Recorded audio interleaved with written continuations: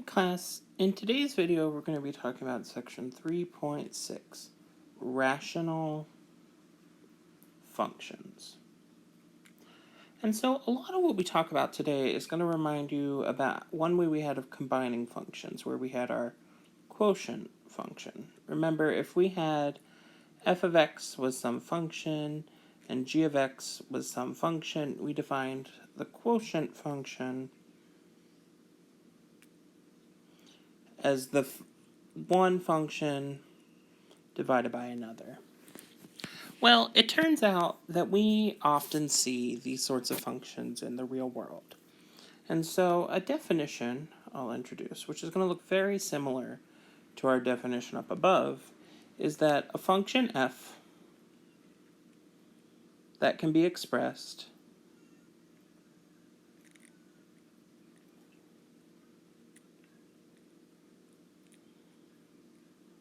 as f of x equals n of x over d of x for numerator and denominator, with n and x d of x both being polynomials,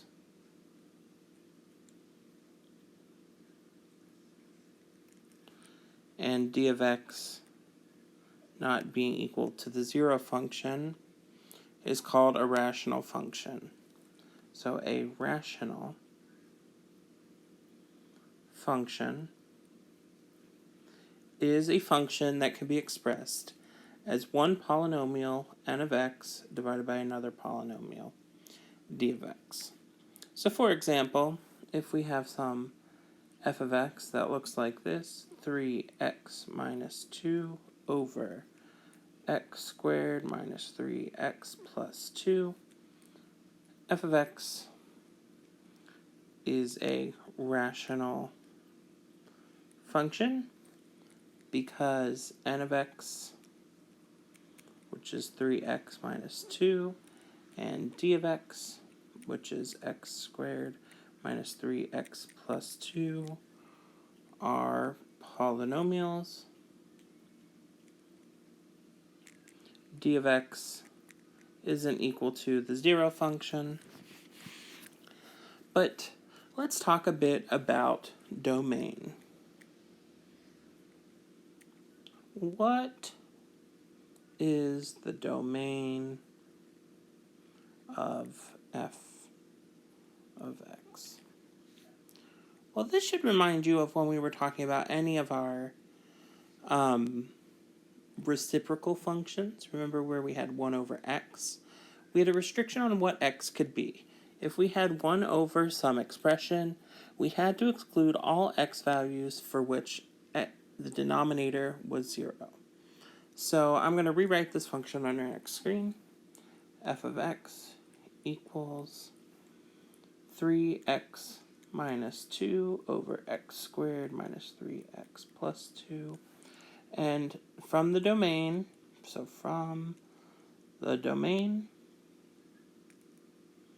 we exclude all x such that our denominator is equal to 0. So if I have x squared minus 3x plus 2, well, what values of x make that 0? Well, we can factor this. X minus 2, x minus 1, x equals 1 or 2. So the domain of f of x is from negative infinity, we can go all the way up to 1, anything between 1 and 2, and anything from 2 to positive infinity.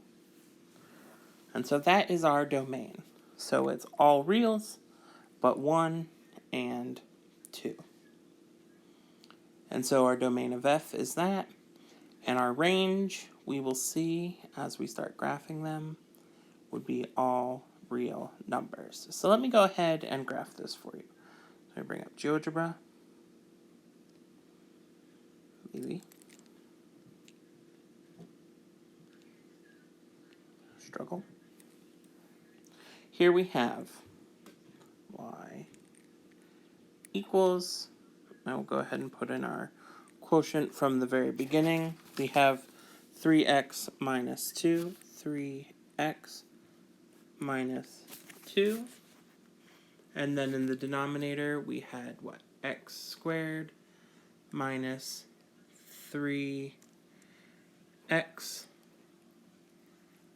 plus 2. Ooh, and that's an interesting looking function. What do you notice?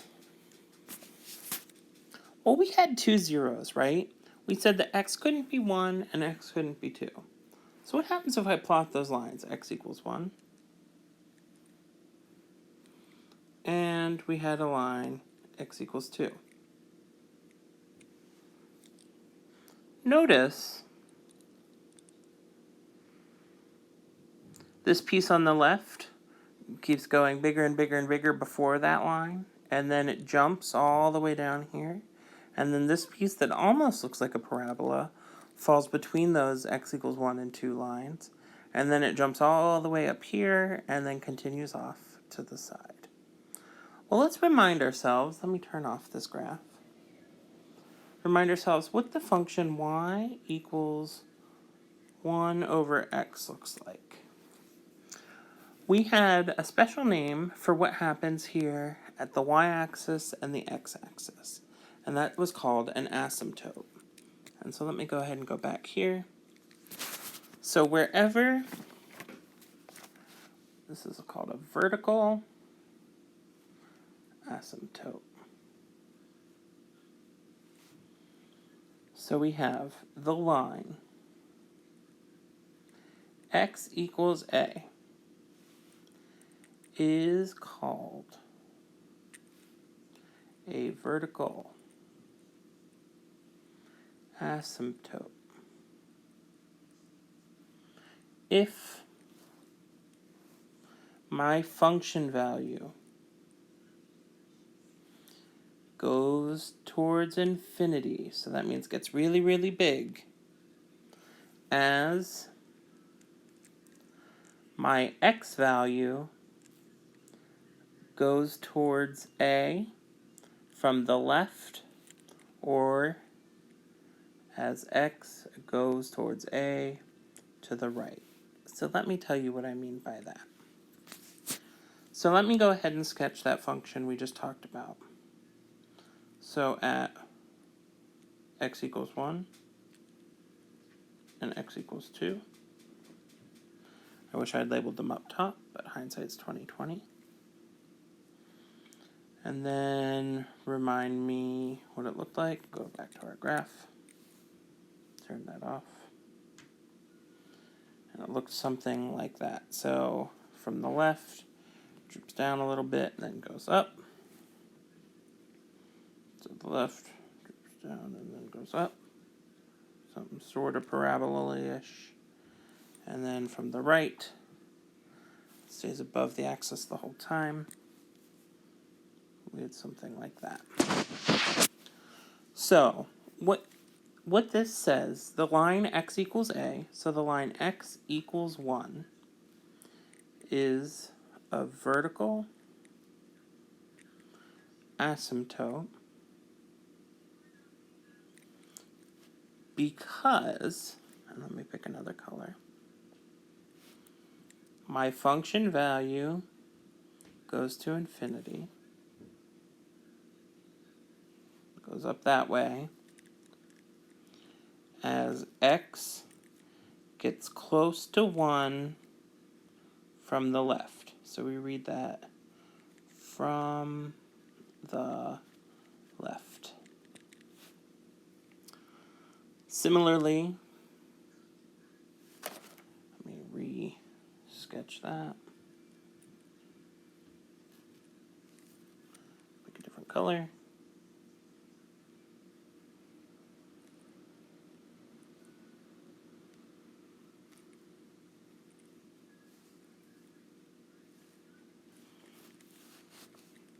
X equals 2 is a vertical asymptote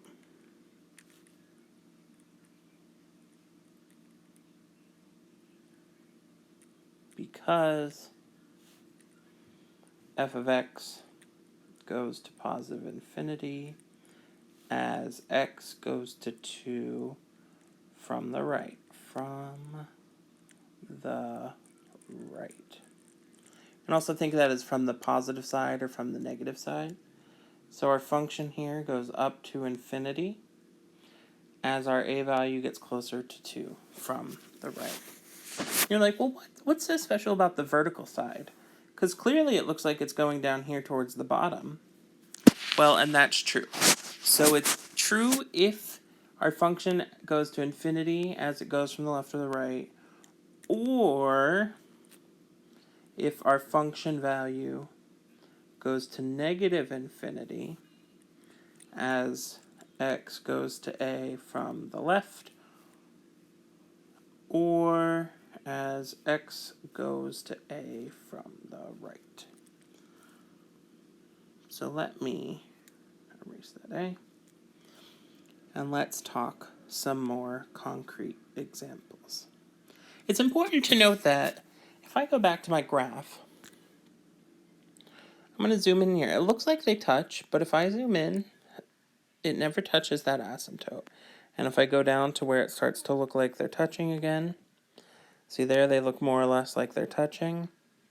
Zoom in, they're not touching, and we can zoom down further and further and further. And what happens is our function value will never equal an asymptote value. Or rather, our x value, right? We can't ever have an x value at 2 because we can't divide by 0, right? And so that, remember, the whole reason we excluded 1 and 2 in this example is because we had to divide it by 0 on both sides. So vertical asymptotes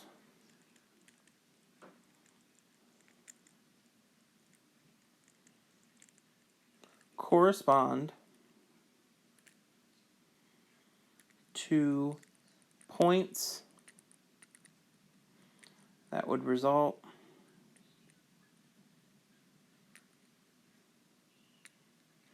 in dividing by 0.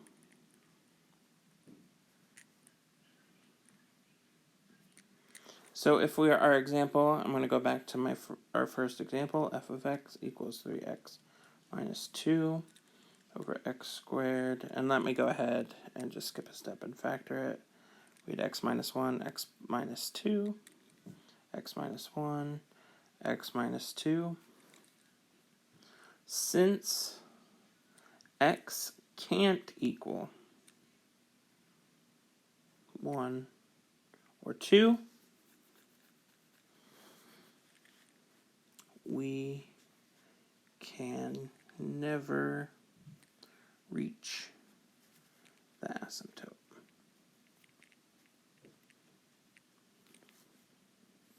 So let's look at a couple more examples, and these ones won't be quite as complex as that first one.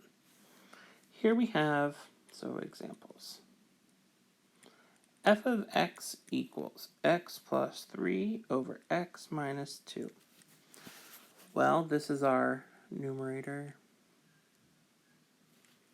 and that's our denominator. They're both polynomials of degree 1. And so we need to exclude x where d of x equals 0. So x can't equal 2. And so we will have a vertical asymptote at 2. So we have 1, 2. Let me pick a different color. Put yellow. So we have a vertical asymptote here. And typically you'll draw that with a dotted line, but I'm not going to be too picky.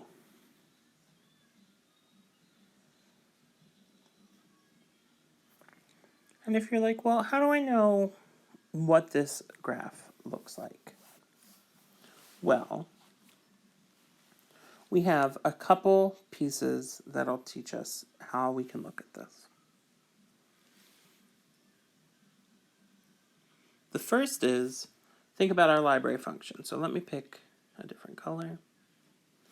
if we think of our library function 1 over x, we know that this here shifted that vertical asymptote 2 to the right. So we know more or less it's going to look something like this. And if I put in the point, say 1, x equals 1, which is defined, we end up with 3 over negative 2. No, we have 4 over negative 1. So we're at negative 4. 1, 2, 3, 4. Well, that was a pretty dang spot on guess. If we put it at 0, we're negative 1.5. Negative 1, we're at 2 over 3. So it looks like that's pretty spot on. And then go ahead and pick, say, 4 or 5. 4, we have 7 over 2. That's 3.5. So maybe it's a little bit further over, something like that. But I'll be honest, what I want us to be able to do here is get our general shape and then confirm it with our graphing calculator. So let me turn off these functions. And we had our function y equals, we have a numerator piece, x plus 3, x plus 3. And then we have a denominator piece, x minus 2. Turn it on. Looks something like that. And remember where we said our asymptote was? We had an asymptote at x equals 2. That looks pretty spot on. That wasn't too bad of a sketch.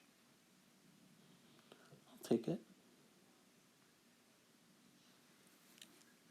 Now, I'm not really talking about the fact that there's also a horizontal asymptote, but we'll come back to that. I want to keep talking about vertical asymptotes for the time being. And so I would say if you were sketching this graph, I'd be happy with something that looks like that. It's pretty spot on. For now, once we get to our horizontal asymptotes, we'll be able to figure out exactly what's happening and what those look like. Because it turns out here, our horizontal asymptote happens at 1. And I will tell you how we know that in just another example or two. But let's look at another example. My function is x squared minus 9 over x cubed minus 4x. So we first need to figure out where d of x equals 0. So that's always our first step, finding where d of x equals 0. Well, so I'm going to factor the x out. I have x squared minus 4 equals 0. So 0 product principle tells us that x equals 0, or x squared minus 4 equals 0, which means x equals plus or minus 2. And so now we don't only have 2 asymptotes, but we have 3. So let me go ahead and get yellow. So we have an asymptote at x equals 0, so we'll put that at the axis. And plus and minus 2, so plus 2.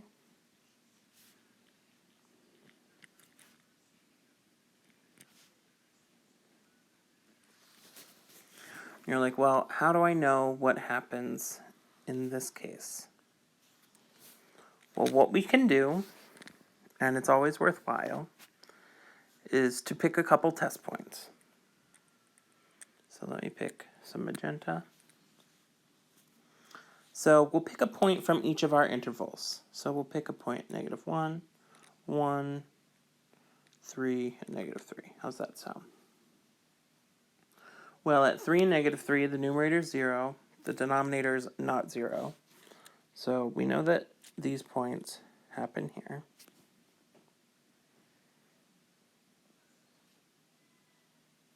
At negative 1, we have 1 minus 9, negative 8. Negative 1 plus 4 is 3. So we have a positive value, or something that looks like this. And at 1, we have 1 minus 9, which is negative 8. over 1 minus 4, which is negative. And you're like, well, that's not enough information. So let's find our value at negative 1.5 and negative 0.5. So here in our numerator, so we need our function value here. And we need our function value here. Negative 1.5 squared is going to be 1.5 plus a half of that, which is 3/4, so 2.25.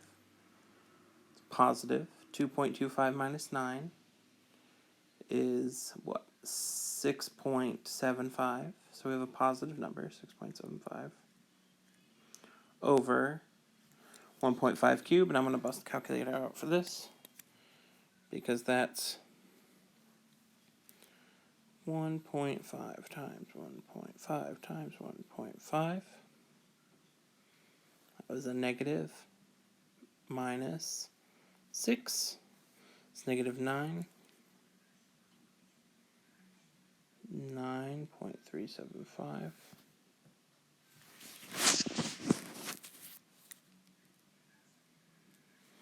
And so if we take this,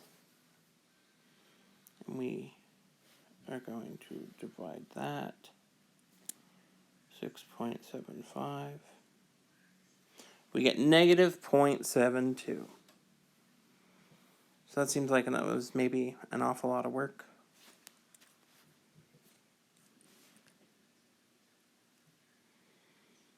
And negative 0.5 is going to be a similar value, not exactly the same. And so we're going to get something that looks like this. Whoa, that was ugly. If you do your calculations on the opposite side, at 1.5, you're going to get a negative in the numerator. Oh, because that was negative. Oh, look at that. I dropped a negative. So negative 1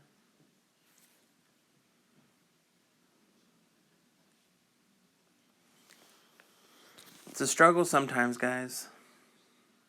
Let's bust out our graphing calculator.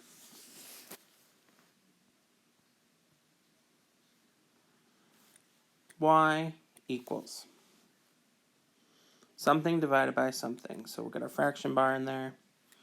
X squared minus 9 divided by x cubed minus 4x. Let's zoom out. Oh, I was like, why is that looking so weird? Oh, where'd it go?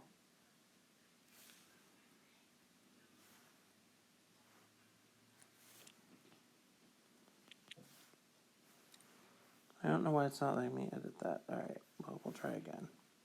Y equals, get our fraction bar, x squared minus 9 over x cubed. Now we're not in the exponent anymore. Minus 4x. And that's what our graph looks like. Now, does that mean that I had my math right the whole time and I erased that for nothing? Probably. That's okay. Part of me showing you this actual process of, okay, we can make mistakes along the way is because math is about the process. It's about getting to our results. And so, if you would calculate those values, which clearly I did correctly and then doubted myself, and then we graph those ones, and then notice, let me go back to my graph, this end behavior, because we talked about end behavior of polynomials, is this on the outside looks like our 1 over x function. But how do you know that this comes over and up towards infinity?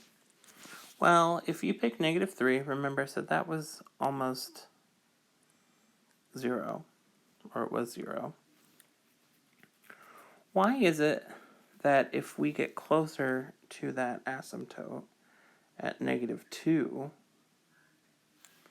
well, let's try -2.5. F of that, -2.5, squared minus 9 over -2.5 cubed minus 4 times -2.5.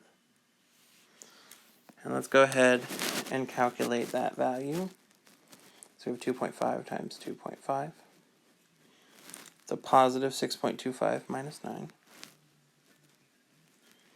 So we have negative 2.75 over 2.5 times 2.5 times 2.5.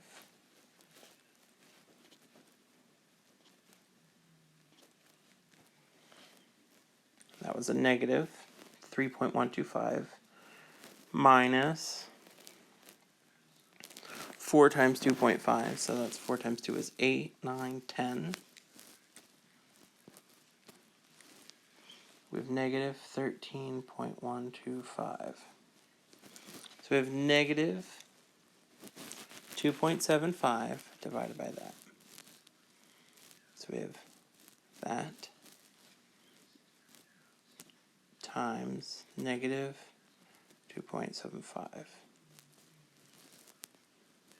And a negative over a negative is a positive value.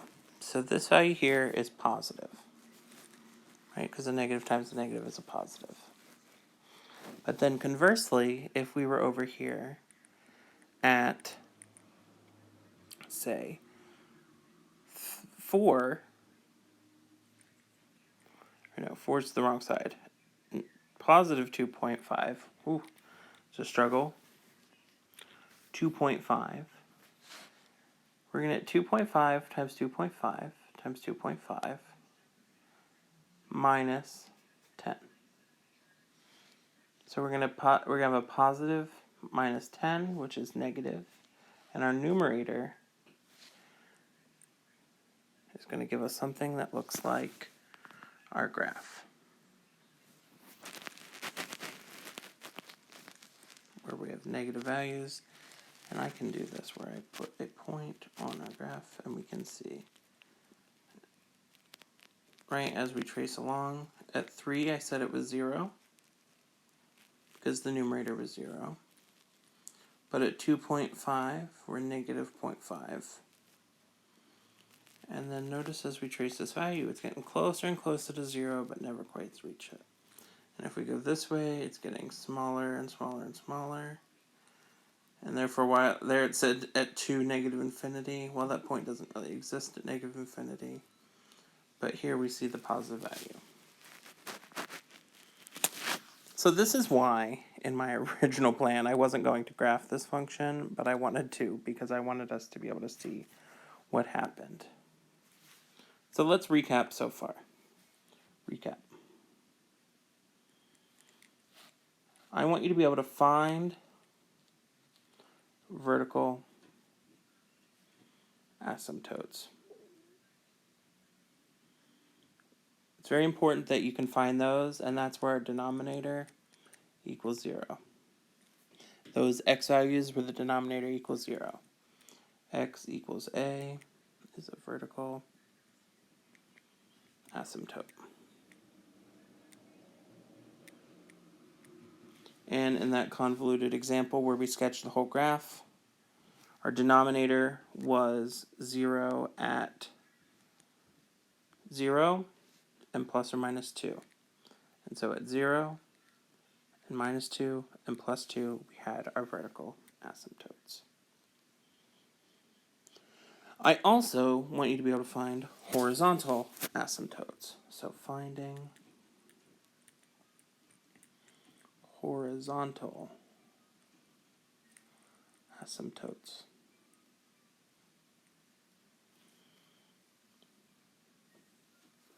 So now the line y equals k is a horizontal asymptote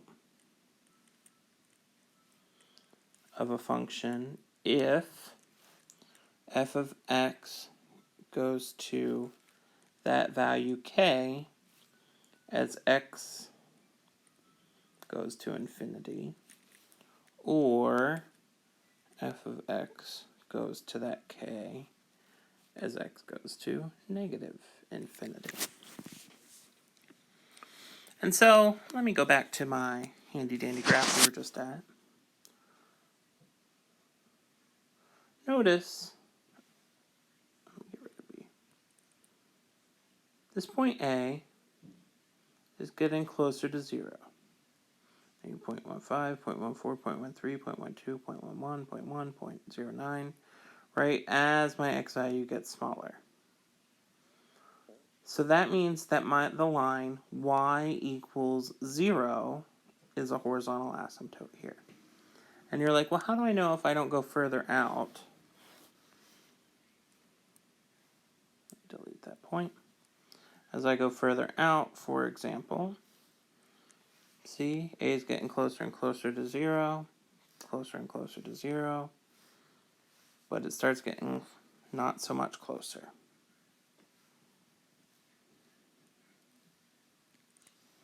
No matter, look, we're all the way out here at 136, 137, still not 0, still not 0. It just keeps going and still isn't 0. So no matter how far out we go to infinity, we won't reach 0. So, in our last example,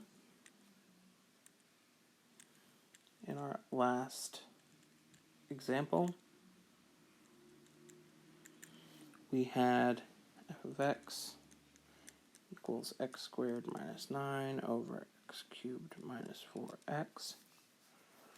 Y equals 0 is a horizontal asymptote.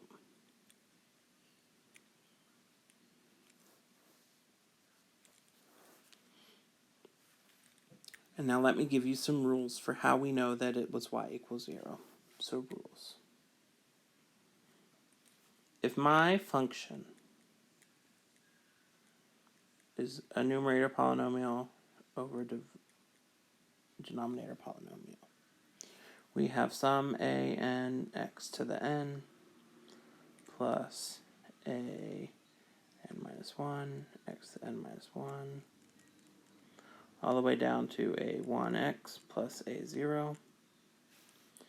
And then we can also write our polynomial d as, instead of a now, because we don't know it'll be the same value, it'll be some bm x to the m plus bm minus 1 x to the m minus 1, and so on, down to b1 x1 plus b0. Our rules are: 1. If n is less than m. That means if our numerator degree is greater than our denominator degree, so if n is, or I said that backwards, if our numerator degree is less than our denominator degree, so we have the bigger one in the denominator, y equals 0 is a horizontal asymptote. So if I jump back a slide, 3 is bigger than 2 because 3 is greater than 2. Y equals 0 is our horizontal asymptote. If we have, for example, n is equal to m, so that means we have the same power, y equals whatever that coefficient, and let me pick a different color, an over bm is a horizontal asymptote.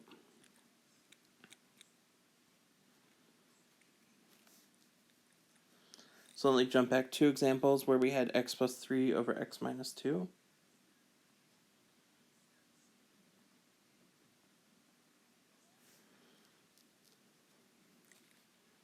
Because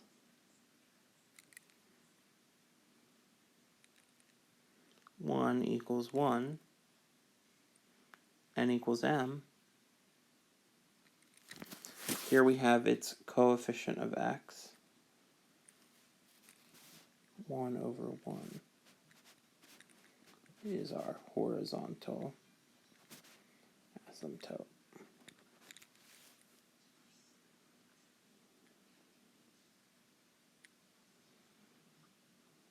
So that's 2 cases. When our numerator degree is less than our denominator, y equals 0 is our asymptote. If they're the same, we take the quotient of the coefficients. And 3, if n is bigger than m, there's no horizontal asymptote. And so let's dig into some examples.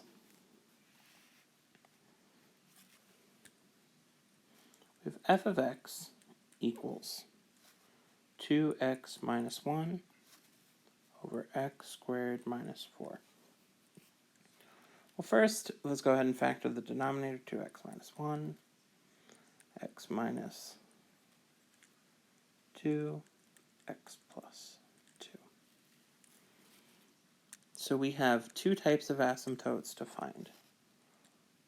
We have horizontal and vertical. Well, our vertical asymptotes happen where d of x equals 0.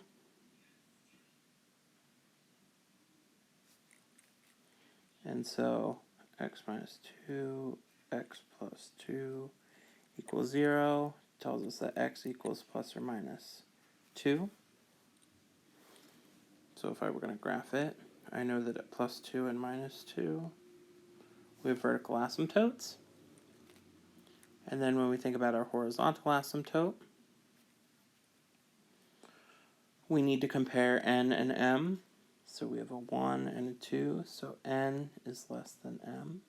1 is less than 2, which means that y equals 0 is our horizontal asymptote.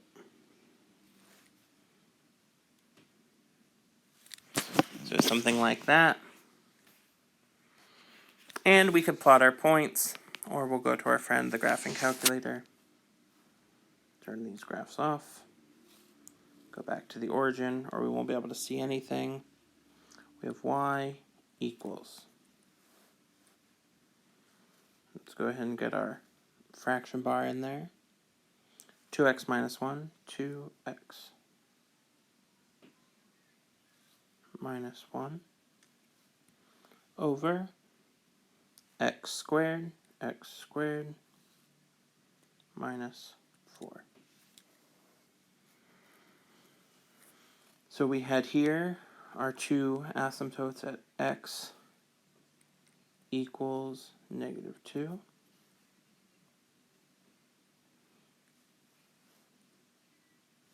X equals positive 2.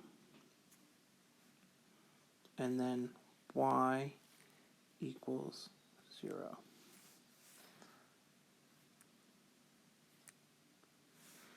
And so notice if we go to the right, it never quite reaches the origin, or if we go to the left, it never quite reaches the origin. It does have a 0 over here, somewhere between 0 and 1, but that's okay. But if we look at our vertical asymptote at negative 2, we either go to negative infinity or positive infinity, or at 2 we go to negative infinity or positive infinity, depending on if we're coming from the left or the right. Let's look at another example.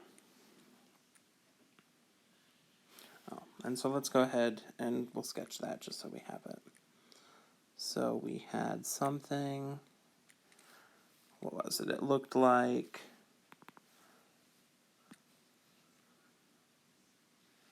that. So we had this.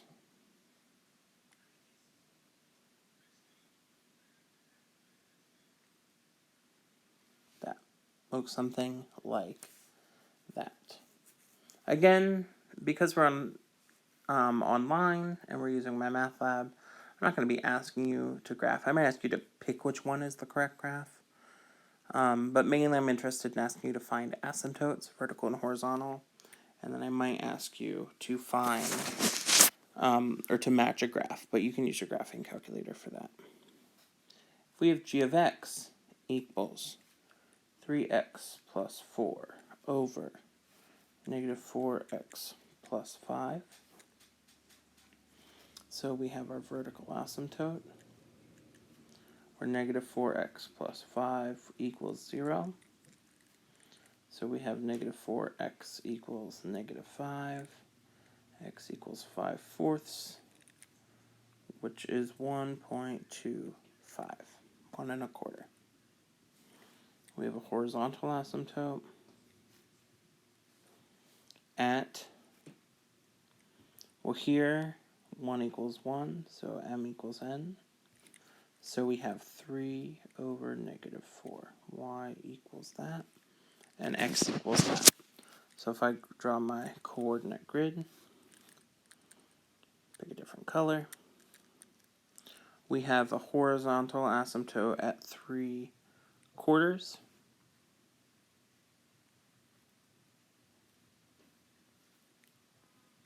And a vertical asymptote at 1.25.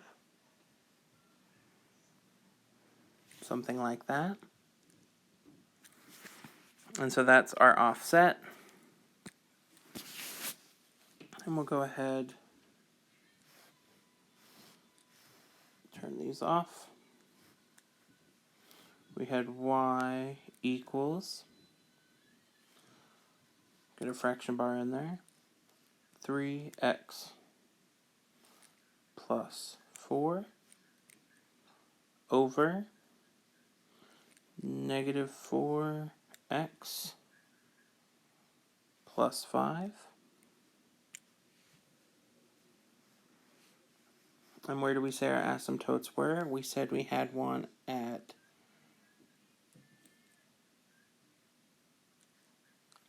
x equals 1.25. And we had one at y equals negative 3/4. Did I drop a negative? Oh no, I had it there. 3 over negative 4. Oh, but I did draw it at the wrong place. Oh, good catch. And this is why the calculator isn't our enemy. Notice I had my negative over here, but I drew this one at the wrong place. And so, as I drew that, I imagine many of you were screaming in your heads, "What are you doing? What are you doing?" And the answer is drawing that in the wrong place. And compare that to this. We have our piece above and a piece below. So we'll go ahead and sketch that in magenta, something like that. And let's go ahead and look at just one more example for today. If we have our function f of x equals 3x squared plus 2 over x squared plus 5x plus 11. We need to find our vertical asymptotes. That's where our denominator equals 0. So here we have x squared plus 5x plus 11 equals 0. And let's see, 11, its only factors are 1 and 11, and so that one doesn't have a nice neat value. So we're going to have to use our quadratic formula. And so that means we have x equals negative b plus or minus the square root of b squared 25 minus 4ac.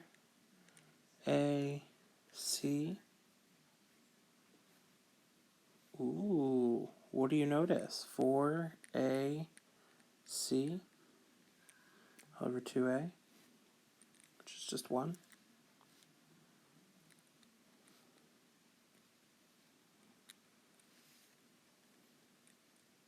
here we have -5 plus or minus square root of 25 minus 44. Well, we can't do that. 25 minus 44 doesn't give us a negative value. So there is no vertical asymptote. There is no value where x squared plus 5x plus 11 is negative. Or rather, is 0. I said negative, but is 0. And so, there are no vertical asymptotes. None. Horizontal. We have 3x squared over x squared, 3 over 1. So that means we have something that looks like this. And now, let's go ahead and graph it. So what does that look like? How interesting. You're like, well, that's not interesting at all. We have y equals 3. Oh, we need a fraction bar. 3x squared plus 2 divided by x squared plus 5x plus 11. What an interesting shape. It looks like it starts to go up towards an asymptote, but then it changes its mind there at, say, -4-ish. And the same at just past 0. It looks like it was trying to, doesn't. And so, is there a horizontal asymptote at y equals 3? Let's find out. Add y equals 3. If we go far to the right, looks like they touch, but we zoom in. There's still a space. Same out here to the left. There's still a space. So because, now let me go back to my notes, and this will help me wrap it up. Because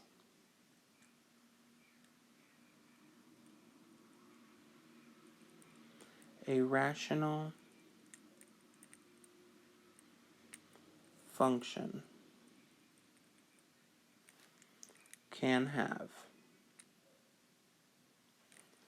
0 or more, not horizontal, vertical asymptotes.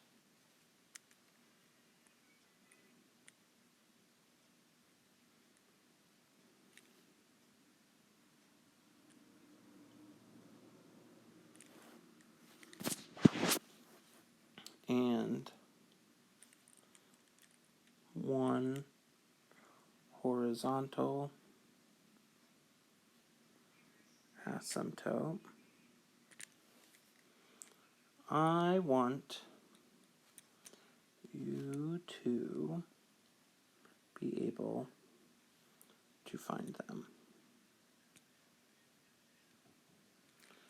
You do not need to graph by hand. If you're graphing by hand, I want you to be able to put in the vertical and horizontal asymptotes when they exist. But I always, and this is on homeworks and exams, will expect you to be able to use GeoGebra. Remember, you get that from GeoGebra's website. It's free. It's also in the App Store, so if you're using a phone or a tablet, you can use it there. If you have something like a TI-83, I can also let me know, and I can make a demonstration video for that. But you will always have access to a graphing utility, whether GeoGebra or a calculator, and you need not be able to graph it by hand. I do want you to be able to find any horizontal and vertical asymptotes. There is a third kind of asymptote called an oblique asymptote. but we won't be unpacking them and how to find them in here, in this class. If we have, for example, so this is called an oblique asymptote. We have h of x equals 2x squared minus 3x plus 2 over x minus 1. Notice here we have the case of n is bigger than m. So there's no horizontal asymptote. We have x equals 1 is a vertical asymptote.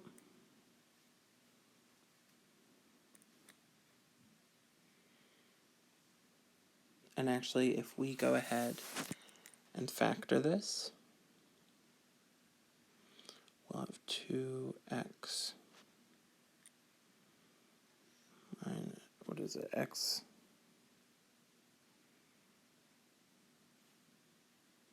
Does that factor? X minus 2, x plus 1. So we have 2x squared minus 2x, or minus 4x plus x. Nope, that's not how that factors. It doesn't factor. Let's just graph it. I was going to try to show us a nifty little trick, but my nifty little trick didn't work. Y equals 2. We'll go ahead and get our fraction bar in there. 2x squared minus 3x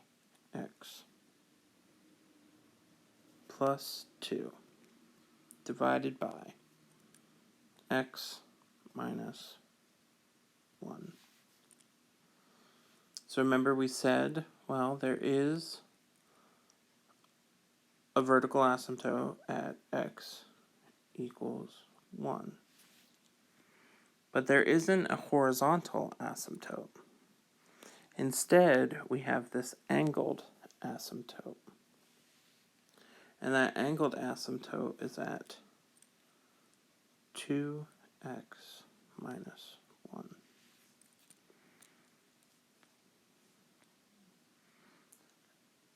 You do not need to know how to find an oblique asymptote in our course. We need to know they exist. And if you graph it, maybe if you were looking at a graph, I might want you to be able to say, oh, that graph has an oblique asymptote. But, so let me draw that. So if we draw this graph, we had x equals 1 was a vertical asymptote. Something that looked like that. So, recap.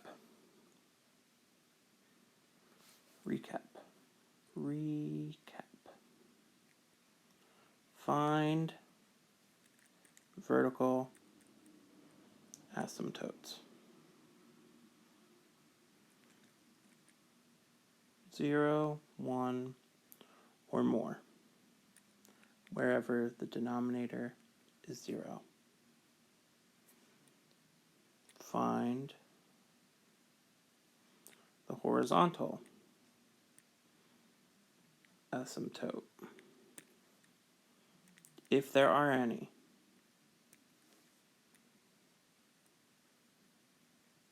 Graph it with GeoGebra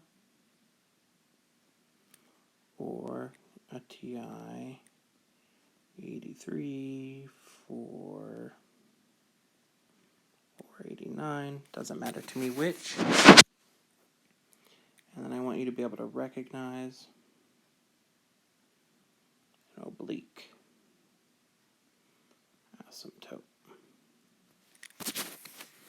And that is what your takeaway should be from rational functions. Have a good day, everybody.